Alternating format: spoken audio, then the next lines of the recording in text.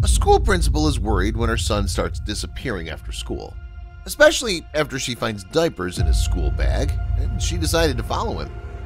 Lucy Trent spent a lot of time immersed in trouble. It was part of her job. She was a high school principal, but facing the problems that assailed families with teens day in and day out made her more than a little paranoid. It turned Lucy into a hyper-vigilant helicopter mom to her own 15-year-old son, Tim.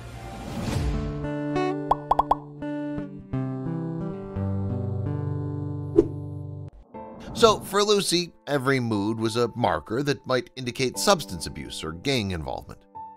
Thank goodness teen pregnancy was off her worry list. Or was it?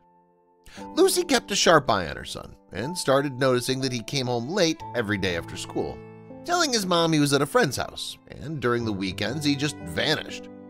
Where was he going? What was he doing? Lucy became even more worried when her son's teachers reported a sudden drop-off in his grades, something she'd warned other parents was a danger sign. Sad to say, Lucy started searching her son's backpack. If she'd been confronted with it, she would have been ashamed of violating his privacy, but since no one knew, she did it. One day, she found more than she bargained for. She opened the backpack and found a bulky black plastic bag right on top. Lucy took it out of the backpack with trembling fingers. She carefully opened it, but her experience as a principal hadn't prepared her for what she found. Diapers. Diapers? Diapers meant a baby. A baby meant her own son was a father at 15? Was that where he went every afternoon and on weekends, to be with his child and its mother? But where did he go? And how could she confirm her supposition? Lucy decided that the very next day she was going to follow her son and discover the whole truth. And that's exactly what she did. Lucy waited until school let out, then she followed Tim. He walked quite a ways until he came to an old abandoned house. Lucy watched her son walk in, then quietly followed him. To her surprise, her son was sitting on the floor playing with twin babies about 2 years old. They couldn't possibly be his. Then she heard a man's voice. "Thank you so much, Tim. You don't know what this means to me, but I don't want you getting into trouble." "Too late for that," cried Lucy, and stepped into the room. "What's going on here?" The man who was standing there talking to Tim was Peter Sutton, who until just a few weeks ago had been the school janitor.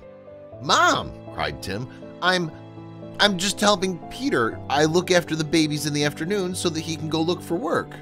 "What about the weekends?" demanded Lucy. Peter stepped forward and said, "I have a part-time job at an old age home on the weekends. These babies are my grandchildren. My daughter left them with me 3 months ago and she never came back. That was why I started coming in so late for work and why I left early at the time. I couldn't leave them alone." "But Peter," Lucy cried, "I fired you over being late and leaving early. Why didn't you tell me? I would have understood." Peter shrugged his shoulders and there were tears in his eyes. "I was ashamed," he whispered. "I think I must have been a bad father for my daughter to have turned out like that. You're very lucky. Your Tim's a good, kind boy." Lucy put her arm around Tim and gave him a big hug. "Yes, he is.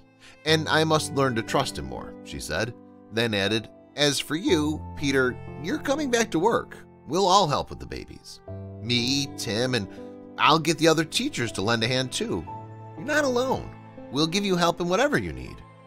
Lucy kept her word to Peter, and she apologized to Tim for her suspicions and promised to ask him when she had any doubts. What can we learn from this story? Help the aged. They're frail and sometimes carry heavy burdens. Lucy fired Peter for tardiness, never imagining that he was raising 2 babies on his own. Children learn kindness from their parents. Tim was kind and supportive towards Peter, just as he'd seen his mother do all his life.